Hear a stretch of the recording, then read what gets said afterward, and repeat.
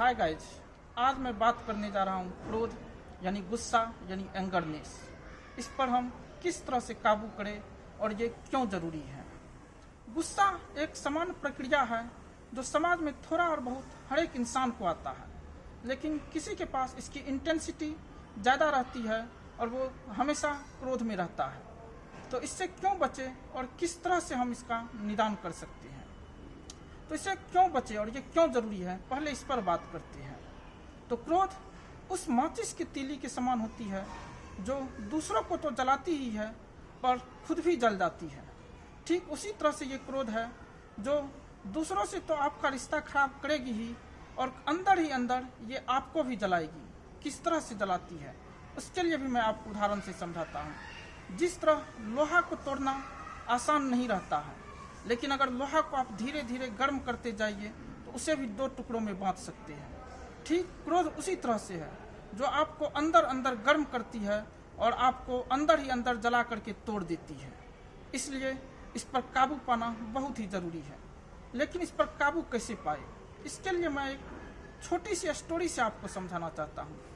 एक गांव था, वहाँ एक बच्चा हमेशा छोटी छोटी बातों पर गुस्सा हो जाया करता था, हमेशा क्रोधित रहता था।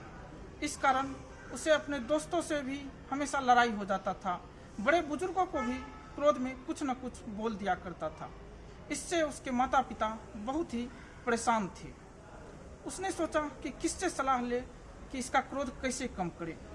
तो बड़े बुजुर्गों ने बोला कि मंदिर के पुजारी के पास जाइए, वो आपको इसके क्रोध को कम करने का कुछ निदान बता सकते हैं। उसने वैसा ही किया। मंदिर के पुजारी ने सोचा कि ये अभी बच्चा है, इसे अगर कुछ वैसे ज्ञान दिया जाए तो इसे समझ नहीं आएगा। इसलिए उसने थोड़ा बुद्धि से काम लिया और कहा कि ये प्रसाद लो मंदिर का, और जब भी तुम्हें क्रोध आए और कुछ बोलने के लिए स्टार्ट हो तो ये प्रसाद अपने मुंह में डाल लेना। ये प्रसाद का इफेक्ट से तुम्हारा क्रोध दूर हो जाएगा और तुम फिर किसी पर गुस्सा नहीं करोगे। उसके माता पिता ने यही किया। जब भी बच्चे को गुस्सा आता था वो बोलता था, बेटा ये प्रसाद खा लो और जब तक प्रसाद खत्म ना हो कुछ ना बोलो। उसने वैसा ही किया। बार बार ऐसे करते रहने से उसके माता पिता ने देखा धीरे धीरे बच्चे का गुस्से का इंटेंसिटी कम होते गया। तब आपको कुछ पता चला किस तरह से हम क्रोध को यहाँ पर कम किया। तो इसका एकमात्र मूल मंत्र है, मौन हो जाइए। जिस तरह से पुजारी ने प्रसाद दे करके बच्चे को क्रोध में मौन कर दिया, ठीक उसी तरह से आप भी जब भी क्रोध आए, गुस्सा आए, बस मौन हो जाइए। अब सवाल उठता है कि मुझे कौन वो प्रसाद दे जिसे खा करके मैं मौन हो जाऊं। तो इसे मनुष्य अलग अलग तरीक़ों से अपना सकता है। जैसे मैं अपने एक्सपीरियंस से बता सकता हूं कि जब भी आपको गुस्सा आए तो फिक्स कर लीजिए कि मैं 1 से लेकर 100 तक गिनती करूंगा, 100 की गिनती के बाद ही कुछ बोलूँगा। इस तरह से आप देखेंगे जब तक 100 तक आप गिनती करोगे तब तक आपका गुस्सा खुद ब खुद शांत हो जाएगा।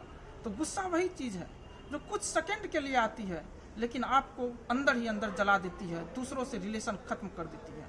तो बस आज से ये प्रण लीजिए कि जब भी गुस्सा आए बस मैं 1 से 100 तक गिनती करूँगा और खुद ब खुद मौन हो जाऊँगा। तो देखिए, इसे आप प्रैक्टिस में लाइए तो आप धीरे धीरे आपका क्रोध खुद ब खुद कम होने लगेगा, इसका इंटेंसिटी खुद ब खुद कम हो जाएगा। धन्यवाद। इसी तरह के अन्य मोटिवेशनल स्पिरिचुअल वीडियोस देखने के लिए आप मेरे चैनल को लाइक एंड सब्सक्राइब करें। Thanks, bye.